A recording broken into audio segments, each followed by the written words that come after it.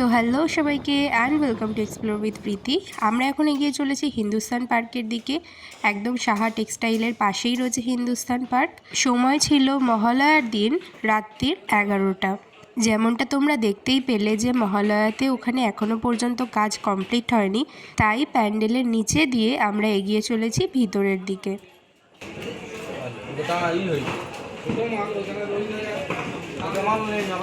ঢুকেই প্রথমে নজরে পড়লো এই সিঁড়িটা, যে সিঁড়িটা আমার খুব ভালো লেগেছে। আমরা জাস্ট কথা বলছিলাম যে কারোর বাড়িতে যদি এরকম সিঁড়ি করা হয় পুরো রাজবাড়ির মতন লাগবে, খুব ভালো লেগেছে।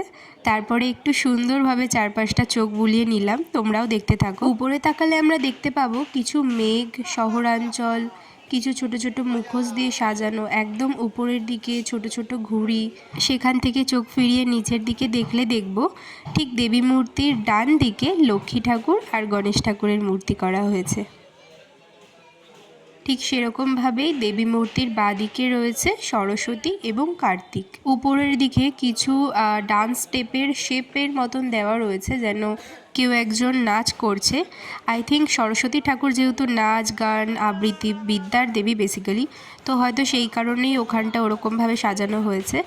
আর চারপাশটা দেখতে পাচ্ছ কি সুন্দরভাবে মানে একটা সিনারি ক্রিয়েট করা হয়েছে। এখনও যেহেতু কাজটা কমপ্লিট হয়নি, তাই সেরকমভাবে থিমটা বুঝতে পারিনি যে কী করা হচ্ছে, তবে যেটাই হোক আমার বেশ ভালো লেগেছে। উপরে লক্ষ্য করলে দেখতে পাবে একটা তিলকের মতন সাইন কিছু রয়েছে, আর তার মধ্যে শিব ঠাকুর বসে রয়েছে। ব্যাপারটা বেশ ইউনিক আর মোটামুটি ভালো লেগেছে। আর এই যে আমাদের দেবী মূর্তিটাও ভীষণ মিষ্টি আর খুব সুন্দর লেগেছে আমার।